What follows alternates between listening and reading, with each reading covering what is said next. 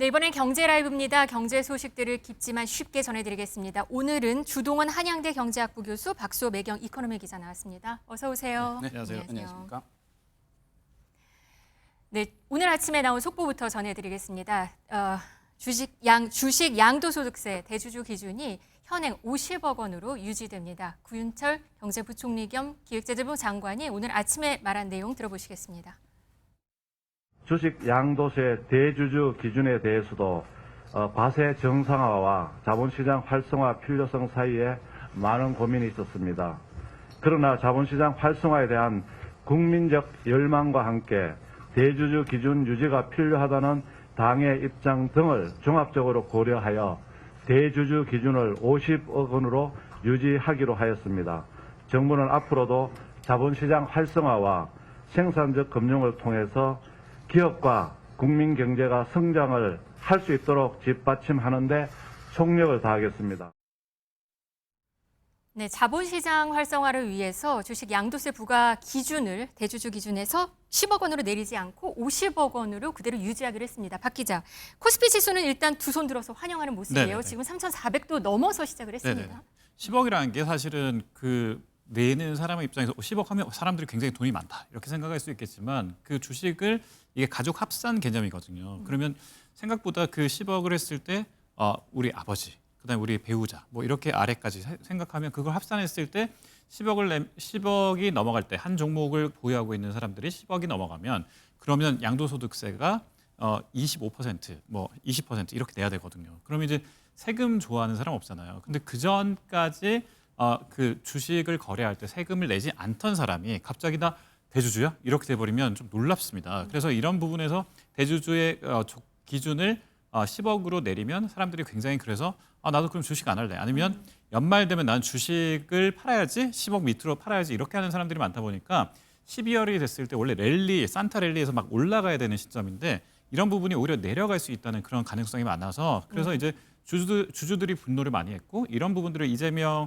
정부가 초반에 10억 거론을 했을 때 주가가 출렁했습니다. 네. 이런 것들을 생각해 보면 이번에 다시 50억으로 되돌리겠다. 이 전략은 어떻게 보면 주식시장이 굉장히 환영할 만한 일이 된 것 같습니다. 네, 지금 오늘 당장 주식시장은 3,400을 돌파를 했습니다, 교수님. 이거 주식시장에선 굉장히 반가울 만한 호재죠. 그러면 3,500도 올해 안에 넘을 수 있느냐 이런 질문도 나오는 것 같아요.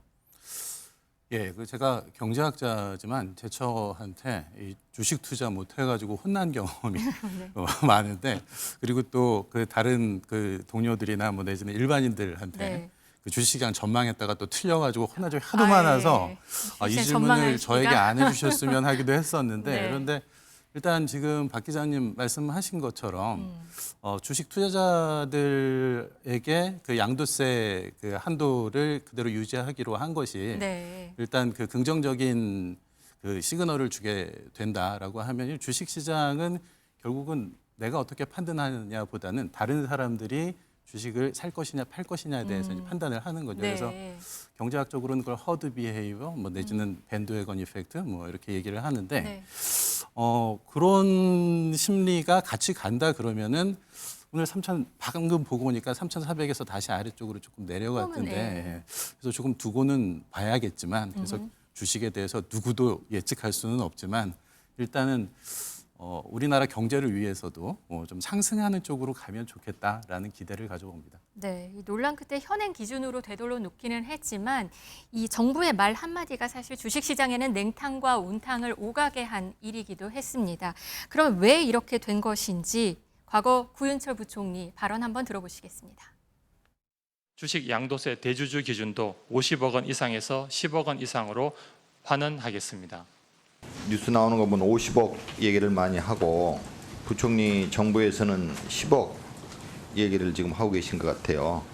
근데 도대체 언제 결정하실 겁니까? 이게 굉장히 국민들은 혼란스러운데. 예, 뭐 저도 그 여러 가지 의견을 듣고 있고 상황을 종합해서 세수 때문에 그러신 거예요? 무슨 세정 과세 원칙 때문에 10억을 계속 고집하시는 거예요? 예, 뭐 정부로서는 과세 형평 효율 뭐 이런 생각을 가지고 정부는 냈습니다만 또 여러 가지 의견이 나오니까 저희들이 좀 잘 전 빨리 결정해 주면 좋겠고요.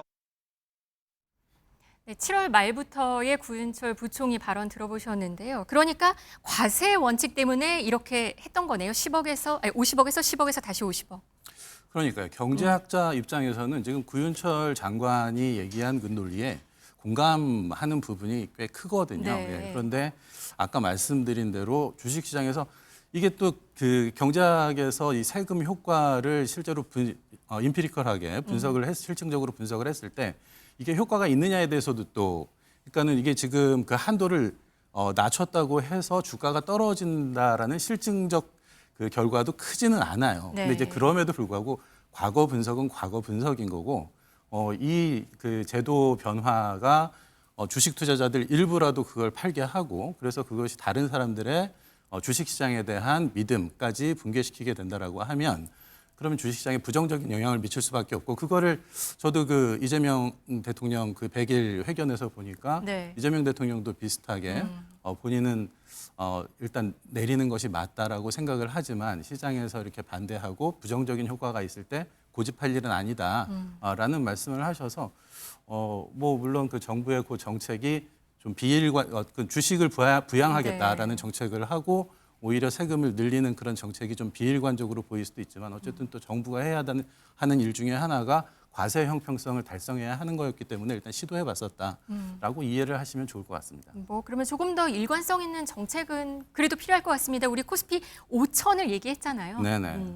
물론 그렇죠. 그런데 그 코스피 상승을 위해서 해야 하는 것이 사실은 조세를 그 낮추고 그리고 이제 그 조세 형평성은 달성하면서 다른 부분에서 그 밸류업을 하는 그러니까 그 뭐 거버넌스의 뭐 어떤 그 올바른 방향으로 변화라거나 이런 것들을 통해서도 이렇게 갈 수 있는 거기 때문에 그러니까 결국은 두 마리 토끼를 다 잡을 수 있으면 좋기는 하죠. 한데 네. 쉽지는 않은 거니까 앵커님 말씀하신 대로 가능한 한 그 정책적 일관성이 유지될 수 있도록 할 필요도 있다고 생각합니다. 네, 한국은 그동안 생각해보면 새 정부가 들어설 때마다 증시 부양책을 내놓기는 했었는데 그때마다 그 힘은 그렇게 강하지는 않았던 것 같습니다. 보다 더 일관성 있는 정책이 필요할 때가 아닌가 싶습니다.